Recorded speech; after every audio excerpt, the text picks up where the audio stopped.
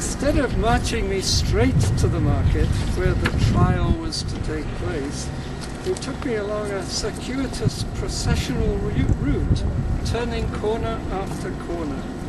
It was as though I were the sacrificial victim, which is led through all the principal streets of a town when unlucky portents have been observed, and a sin offering is needed to placate the local deities. Eventually I was put in the dock, and the magistrates took their seats on the bench. But when the clerk of the court bawled for silence, protests were heard from every side. For heaven's sake, stop the proceedings! We're being crushed to death! Try him in the theatre instead! Stop! Stop! Try him in the theatre!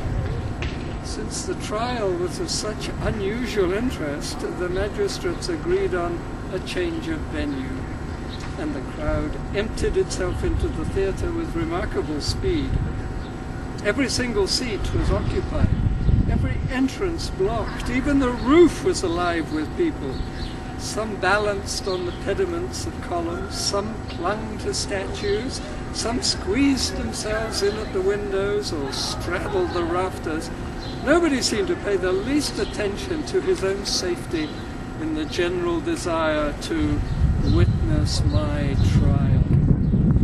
The constables led me across the stage and placed me right in front, close to the orchestra, as if the sin offering were now being exhibited for public scrutiny.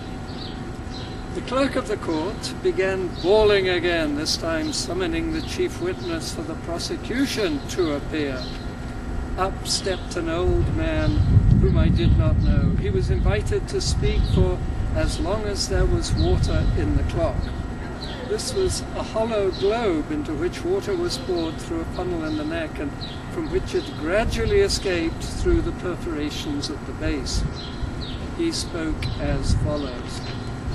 It is my duty today, Your Honours, to give evidence on a matter which I regard as of no small importance, because it affects the peace of the whole town, and I trust that Your Honour's sentence will be an exemplary one, that your sense of civic dignity will not allow you to condone this bloody multiple murder of your fellow citizens committed by the villain in the dock.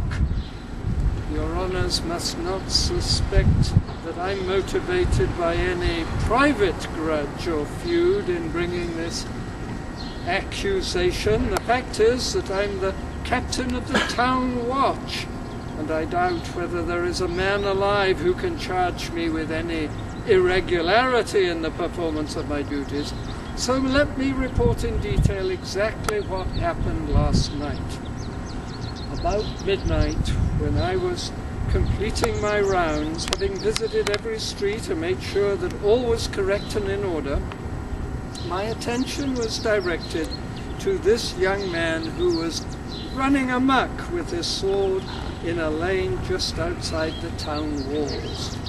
As I came up with my patrol, 3 men had just fallen dying at his feet, with blood spouting from their wounds.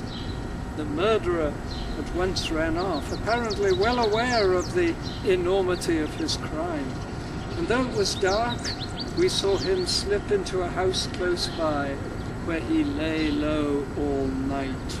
We kept the gate under observation, and by the mercy of the gods, who never allow crimes of this sort to go unpunished, we were able to pick him up early in the morning before he managed to escape by a back passage.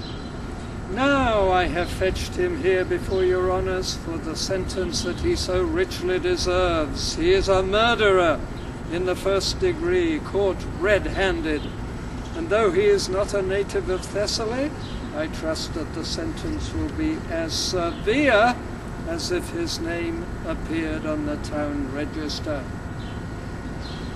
He'd hardly finished before the clerk of the court jumped up and ordered me to begin my defense at once, if I had one to make.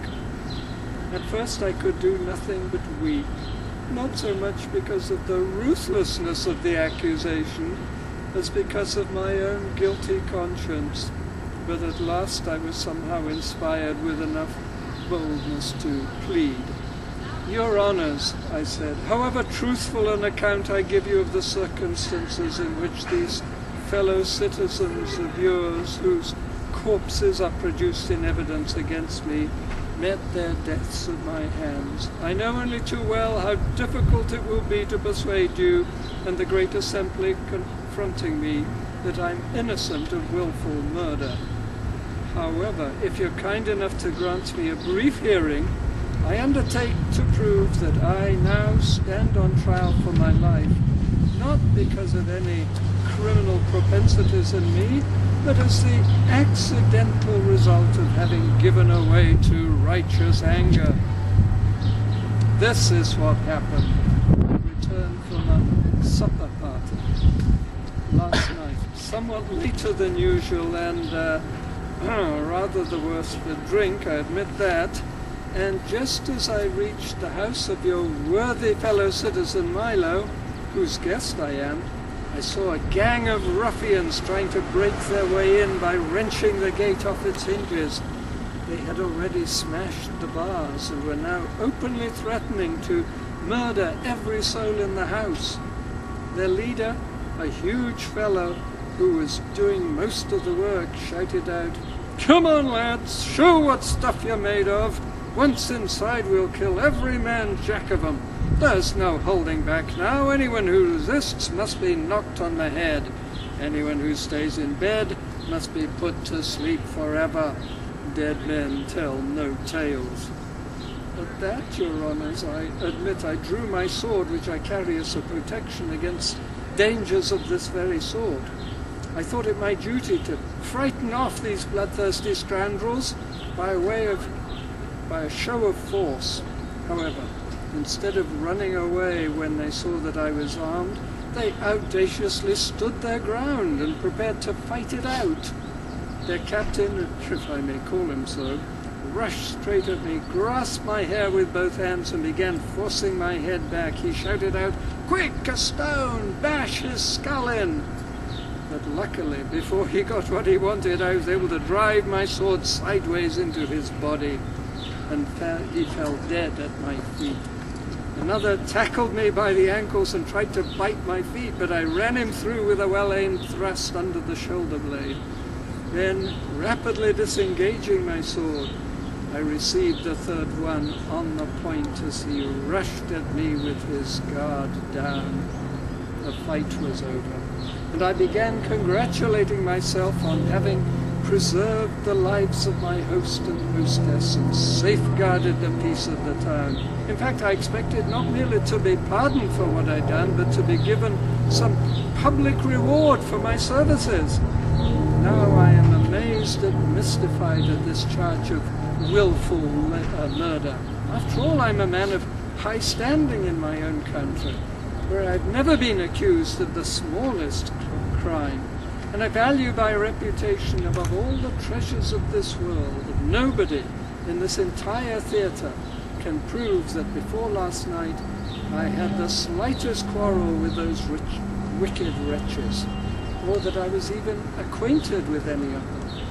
If I'm charged with highway robbery, let the prosecution show you one single item which I am alleged to have taken from their dead bodies. I plead guilty to justifiable homicide alone. I burst into tears.